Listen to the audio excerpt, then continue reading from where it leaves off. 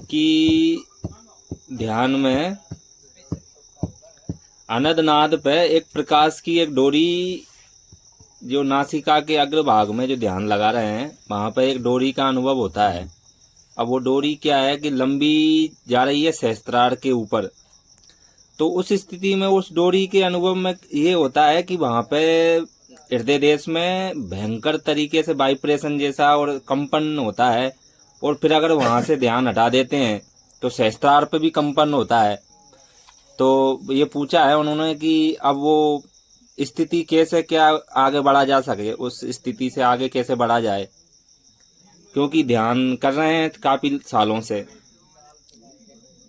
तो इसके बारे में बताने की कृपा करें। देखिए, हमारे मस्तिष्क में और बॉडी के अंदर आध्यात्म में जब भी आप कोई भी चक्र जागृत होता है तो कंपन होना ये हमारे महापुरुषों का भी अनुभव है और हमारा भी अनुभव है। कभी कभी आपको ये पेन हो सकता है, ये पेन हो सकता है, बाकी आप घबराना मत। क्यों कि कहीं कोई अंग फड़क सकता है। और बाहर भी आज्ञा चक्र से सहस्त्रार की बात कर रहे हैं तो आपको वो डोरी चल रही है। पर एक बात ध्यान रखना है, यहाँ तो अच्छी बात है, वो ऊर्जा जो लाइट दिख रही है, प्रकाश दिख रहा है, जो भी है, पर उसमें एक झीनी आवाज है, वो पकड़ लेना, वो दाहिनी तरफ की।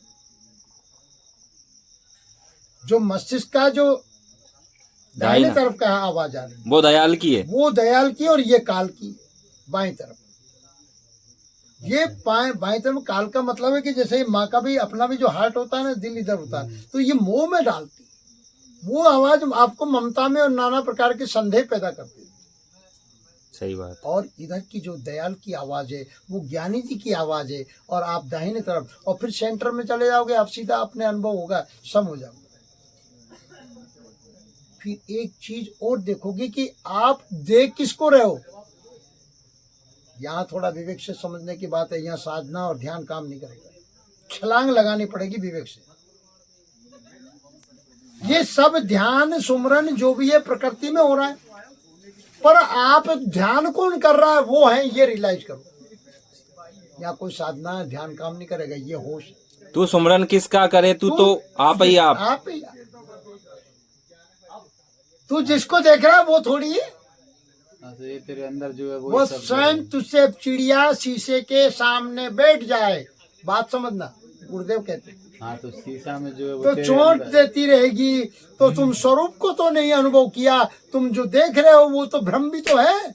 वो अग्नि तत्व का, या आपकी बॉडी में 5 तत्व है, उनका प्रकाश हो।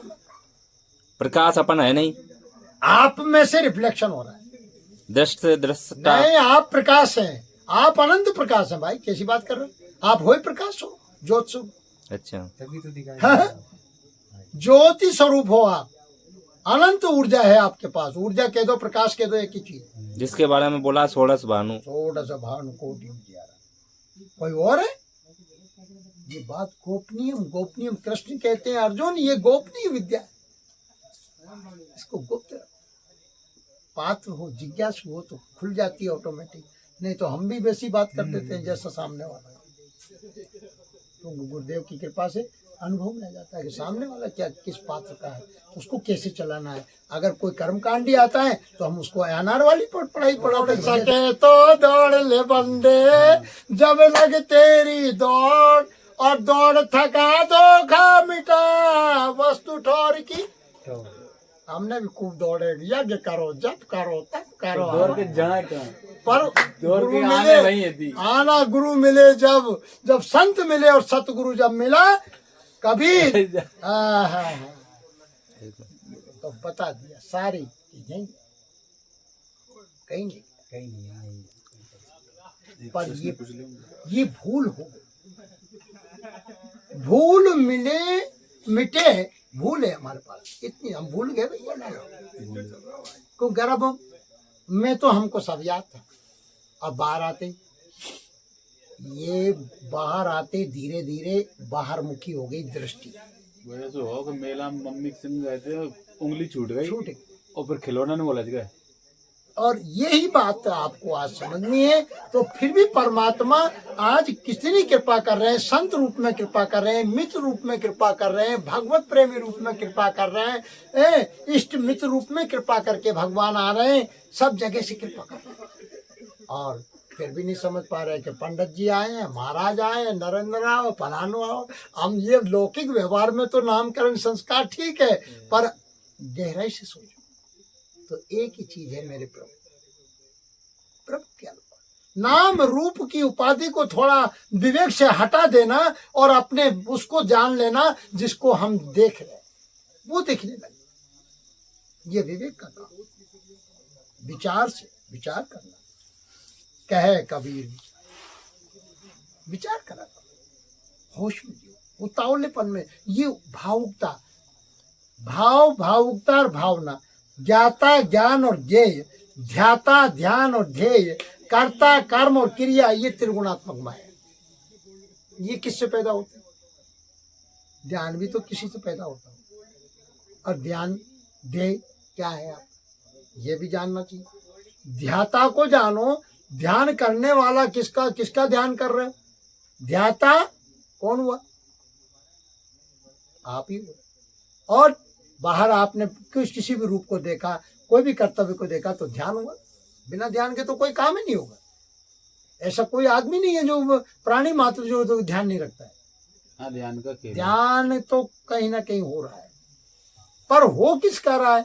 लोकहित में हो रहा है तो ठीक, परोपकार में हो रहा है तो ठीक। अगर आप किसी माँ बहन बेटी के दर्शन कर रहे हो तो उसमें भी ध्यान करो। बाकी उसमें आप ये देखो कि आपका भाव क्या है, विचार क्या है, कि बनाने वाले ने कितना सुंदर बनाया मेरे राधा रानी है। भाव पलट लो, भाव बाप का ही खेल है। भाव विचार करोगे जब, शत्रु में भी भगवान सब में दिखे वो भाव है। शत्रु ही नहीं। भाव। हाँ, तो विचार पहले शत्रु में भाव करोगे देखोगे, और बस भाव पलट लो मन में। परमात्मा का तो बस देखिए, भगवान भाव- डांट लगा रहे हैं। तो ये भाव है, भाव।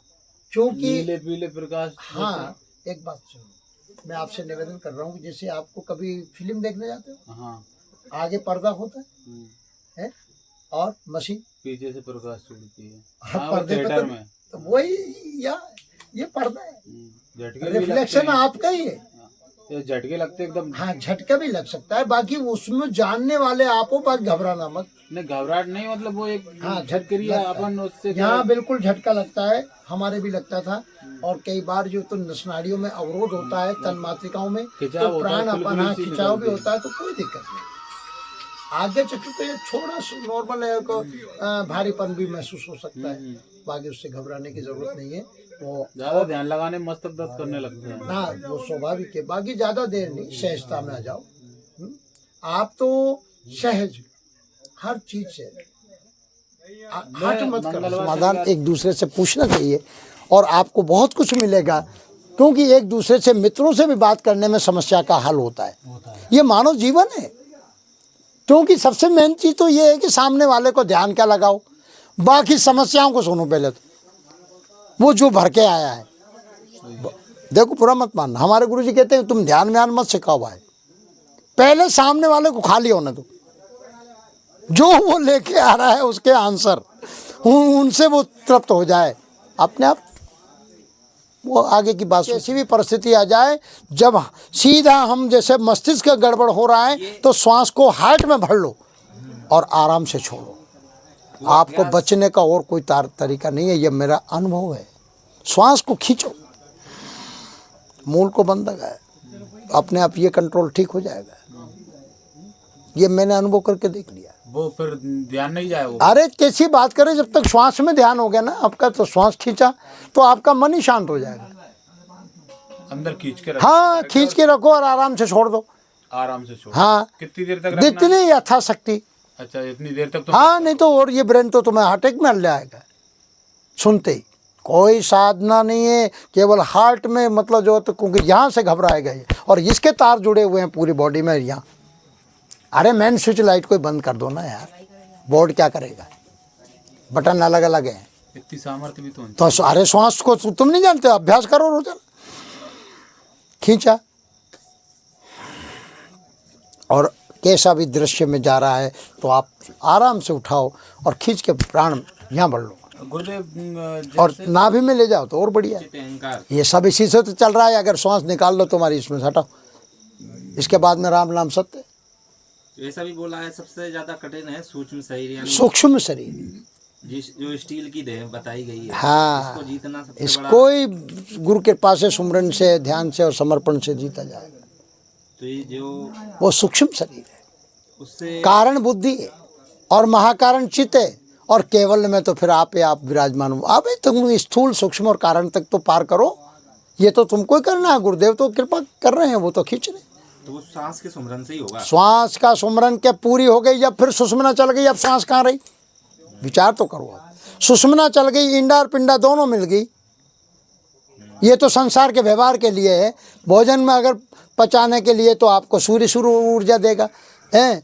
फिर ये चंद्रशूल नाड़ी इंडा और ये पिंगला, और दोनों के बीच में सुषुम्ना चलती है। जब 1.5 घंटे बाद मतलब जो आप सुर पलटता है तो उस समय आपकी 12 श्वास चलती है। योगी चाहे जितनी चला सकता है अपनी मर्जी से। हाँ, उसको सब में रहता है, उसको जानता है, उसको सारा भेद मालूम हो जाता है। वो इतनी आनंदमय नाड़ी है कि आपको अनंत ऊर्जा देती है। चित्त शांत, खाली, तो श्वास ही बंद हो जाए। सब। जैसे अपन ध्यान लगाते हैं, ध्यान को लंबा टाइम कैसे हुए आपको? नहीं, आप इसमें विचार आराम से, सहज में। आप ये ऐसे नहीं होगा ध्यान लंबा। आप अभी भी ध्यान लग रहा हुआ है। आपका ध्यान कहाँ है? अभी आँख खोल रही है, ध्यान नहीं कर रहे क्या? ध्यान है। 120 ध्यान है आपका। ये ध्यान एकाग्र होकर तो आपकी सुरती निरत, सुरत और निरत आपकी शब्द में चल रही है, विचार में चल रही, तो आप योग हो रहा है। इसको भी योग कहते हैं। ध्यान करना नहीं है, ध्यान रखना है। बॉडी का ख्याल जैसे सीधी रखना है। नहीं, आप उसमें नहीं, आप तो वो बिल्कुल हठ योग हमने करके छोड़ दिया। ये हठ योग हटा दो, नॉर्मल रहना। आप तो नॉर्मल सहज योग में जाओ। हमने बहुत हठ योग किया। जैसे बैठे हैं वैसे। हाँ, सहज में आप देख रहे हो, देखने वाले हो आप। जो दिख रहा है वो तो नहीं हो आप, वो तो माया है, वो तो सत्य नहीं है जो दिख रहा है। भाई ये किसने जाना? शरीर को देख रहे हो, मैं आपको देख रहा हूँ, बाकी इसमें देख क्या रहा हूँ कि जो साकार दिख रहा हो, इसमें जो ऊर्जा आ रही है वो मेरे प्रभु है। वो इधर भी वही है, उधर भी वही है, उधर भी वही है, सब जगह व्यापक। उन्हीं को देख रहे हैं, उन्हीं को देख रहे। हरि व्यापक सर्वत्र समाना, प्रेम से प्रकट होई में जान। तो आप में, हम में प्रेम है तो हमारे भगवान, तो ये आनंद लो। हाँ, प्राण अपान मिलावे, जब हंसा लोक सिधावे। अब ये मिलाना है कोई आपने जो नहीं, वो तो सहज में मिल जाएगी। सहज में आपने छोड़ के देख लो। आप देखते रहो अंदर, जैसे ही समान वायु यहाँ आकर के जो है सम हो जाएगी। और एक चीज़ और है, मूल से बंद लगाया करो। मूल में बंद लगना चाहिए। मूल में, मूल समझ लो, हमारी कुंडलिनी शक्ति मूल आधार जो गुदा है, गणेश जी का द्वार। हाँ, वहाँ 4 पंखुड़ी का कमल है और वहाँ पर ये सुषुप्त अवस्था में पड़ी है। आज मकान बनाया है तो झरोके हैं, उसमें रोशनदान है, तो घूमना कोई बुरी बात थोड़ी है। पूरे बॉडी में घूम, परखो तो सही अपने आप को, के पूरे शरीर में घूमिए। आपकी तो ऊर्जा है, आप ही का तो मकान है। पर इस मकान को साधन है, ये साधन धाम मोक्ष का, ये मुक्ति का द्वार है। पर इसमें इसका यूटिलाइज सही करो।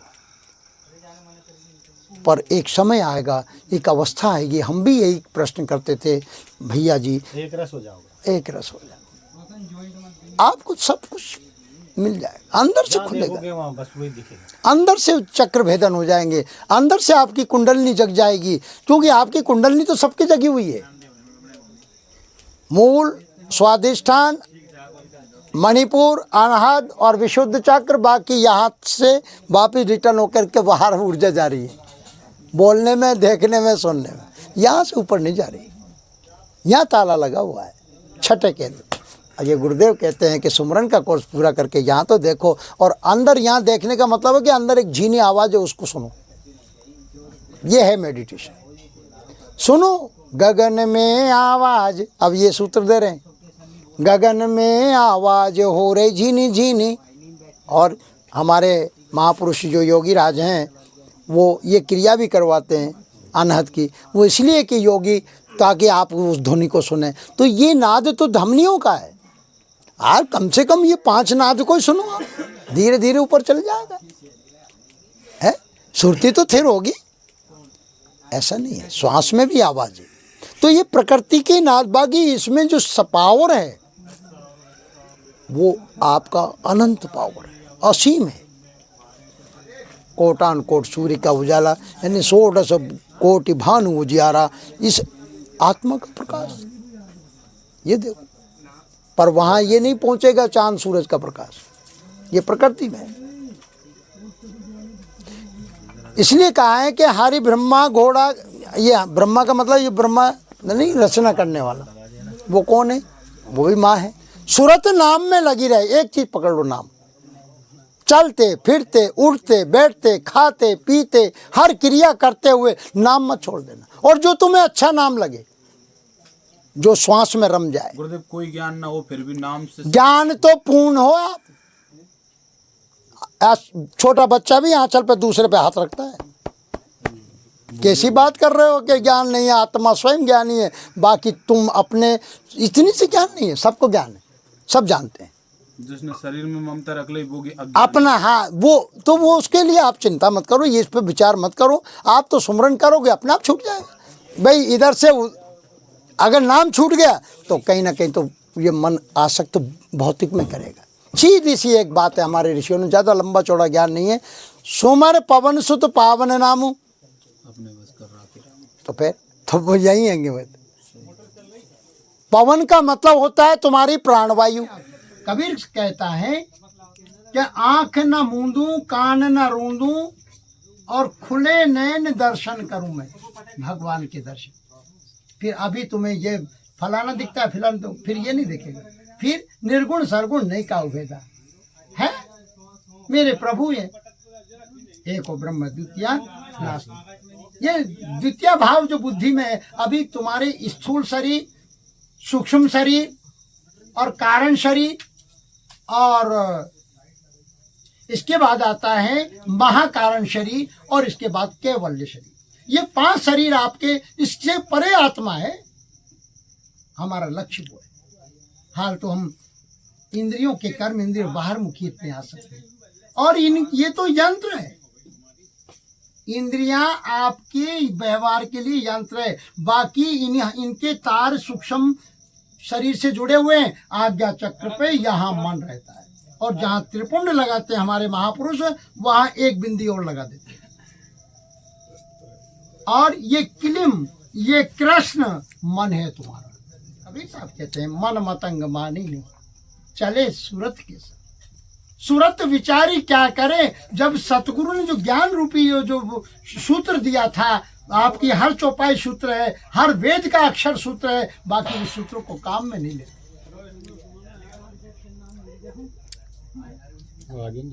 सूत्र है ये, वेद सब सूत्र, एक एक अक्षर महान है। पर आप तो सीधा नाम से पकड़ो। बैठो बैठो बैठो। क्या आपका मन जाता है तो जाने दीजिए ना, आप डरिए क्यों?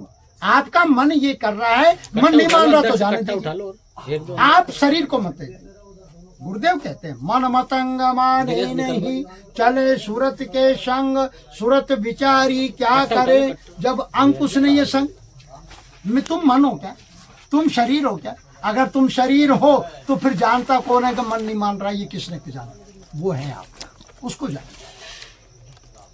बहुत विचार करना। आपका ये किसने कहा मुझे खूब नींद आई, इसका मतलब कौन जाग रहा था? ये आत्मा, आप स्वयं में, बाहर भीतर, वो कहीं नहीं गए। वस्तु कहीं है, ढूंढ कहीं रहे। वस्तु कहीं ढूंढे कहीं, के विधि आवे हाथ, और वस्तु जब ही पाइए जब भेदी लीजिए साथ। समय ये सत्संग में भेद मिलेगा आपको। एक पल का सत्संग अगर किसी को मिल जाए, कौन सी बात कब निकल जाए, ये व्यासपीठ मान लो, गुरु का जो भी मान लो, आसन जहाँ लगाए, वो आपके जीवन को पलट देगा। और आपके शंकाओं का समाधान हो जाएगा। बोलो सिद्ध बाबा की, बोलो